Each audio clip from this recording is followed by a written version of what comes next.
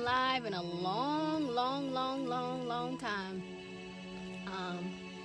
I just got a prompt from God to come on and release a word. So I'm going to be obedient. I've been quiet for a long time, just kind of sitting back, observing, watching what's going on. But I am going to give a couple minutes for people to come in. Hey, Claudette. Hey, Kalia. And then I'm going to release this word.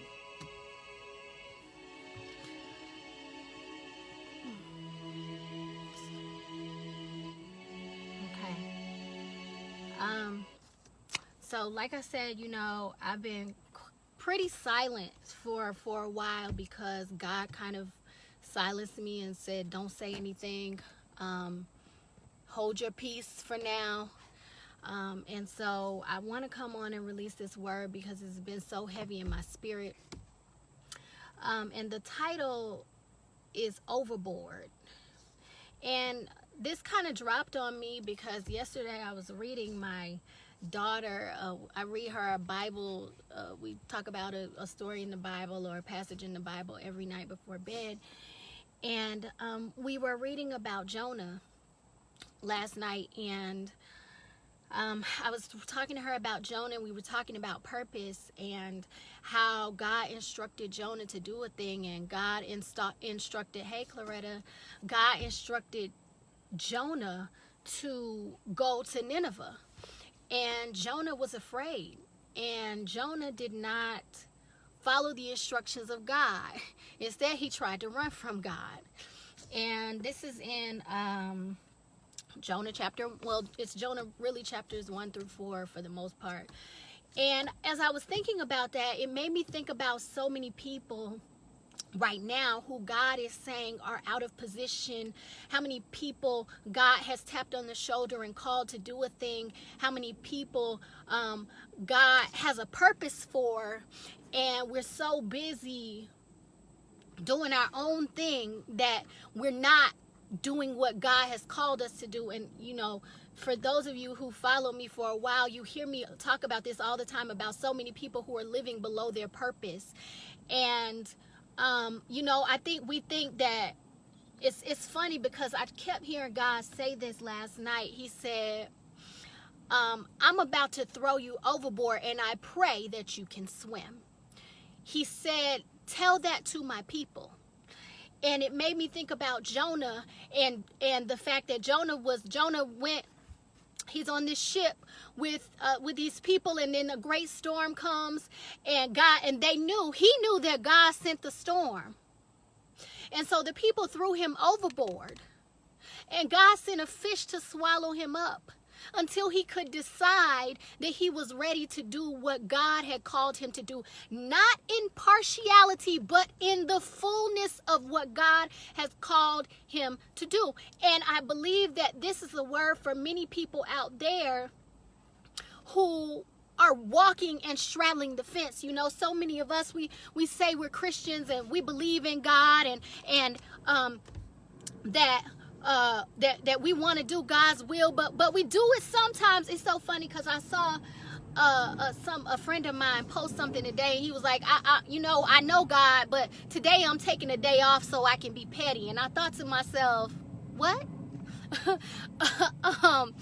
You can't choose to do what God is calling you to do when you want to do it, and think that God is going to do what you want him to do when you want him to do it. See, you can't straddle the fence anymore. You can't decide to live with the world on Monday through Saturday, and on Sunday I'm going to be with God. I'm going to stand on God's side. I'm going to speak for him. I'm going to worship him. I'm going to read my Bible. No. Either you are all in or not at all. And God is about to test that out. He is about to throw you in the water and say, now, are you on my side or not? Can you swim or not? Do you know where I'm calling you to be? And are you prepared to accept what I am calling you to? Because if you're not fully prepared to accept that lukewarm spirit, that's right, Kalia, she says, it's going to be quick and unexpected. Keep oiling your lamp. That's right. That lukewarm spirit, God ain't having that no more. God ain't got time for your lukewarm spirit no more. It's time for you to get into position. And if you are not in position, God is about to toss you overboard and let you get swallowed up by everything that he's about to do in this world. And I'm going to tell you, it's so funny that it's not funny. It's not a coincidence that today is 9/11. And when I look back at the pictures of the towers from 19 years ago, I got this sinking feeling in my spirit, and I said, something big and catastrophic is about to happen, because God has given people grace. He's given people opportunity to get in position over and over and over and over and over again. He's been waiting on you. He's been saying, my son, my daughter, come into position, come into the house. Hey, it's about to get dark out there. The street lights are on. Come on back in the house. Hey, son, daughter, it's time for you to take your post. I know I've given you grace up until this point, but that grace is about to run out, and you got to make a decision. Which side of the line are you going to stand on? Either you're going to be standing on the enemy's line, or you're going to be standing on the battlefield for the Lord, but you can't stand in between, because regardless, if you do, you're going to get shot. You got to decide where you're going to stand. You can't be lukewarm anymore. You got to make a decision. Are you going to step fully into your purpose or not? Are you going to be in full obedience to God? Because partial obedience is still disobedience, as Saul. He's a testament to that. He got unseated from his position because he was only partially obedient to God. And God said, you know what? I gave you opportunity after opportunity after opportunity to do what I told you to do. And now I'm removing you from your seat. God is about to unseat some people who are only partially obedient to his will, who are lukewarm in his word. You know, I was talking about this. I posted something about this last week. I think I said so many people are biblically sound, but so spiritually immature. We can quote the scripture, but don't have a clue about who God is for real. Don't have a real relationship with God. I don't care how many scriptures you can quote. I don't care how much of the Bible you know. If you ain't living it, it don't matter. If you ain't walking it out, it don't matter. If you ain't doing what God called you to do, I don't care how many. You know what? The devil can quote scriptures too.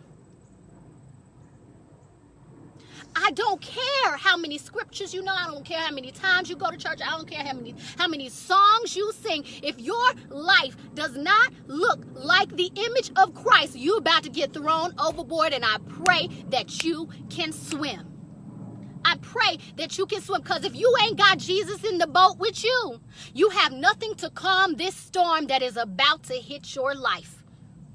You see, we talk about God and how loving and how merciful and how gracious God is. And God is a loving, gracious, merciful God, but y'all about to meet the other side. You're about to meet the parent. You're about to meet the chastising God. You're about to meet the God that is the God of reproach, the God that loves you so much that he can't let you stay out of position no more. He can't let you ignore the call on your life no more, because you know what? It's going to be detrimental, not to your practical life, but to your soul. So sometimes God has to disrupt what you're doing in your practical life so that he can save your soul, because he needs for you not to be out of position. He wants for you not to perish ultimately. So sometimes he has to allow some things to happen in your life to bring you into full position, so you won't be lukewarm no more, so you know who really has the power over your life, so you don't trust that job more than you trust God, so you don't trust that money more than you trust God, so you don't trust that doctor more than you trust God. Lukewarm, that is done. And it made me think about, as I was talking to somebody about these fires that are going on the West Coast, and it just drew me to Deuteronomy 28, specifically verse 24. And in Deuteronomy 28, it's the covenant and the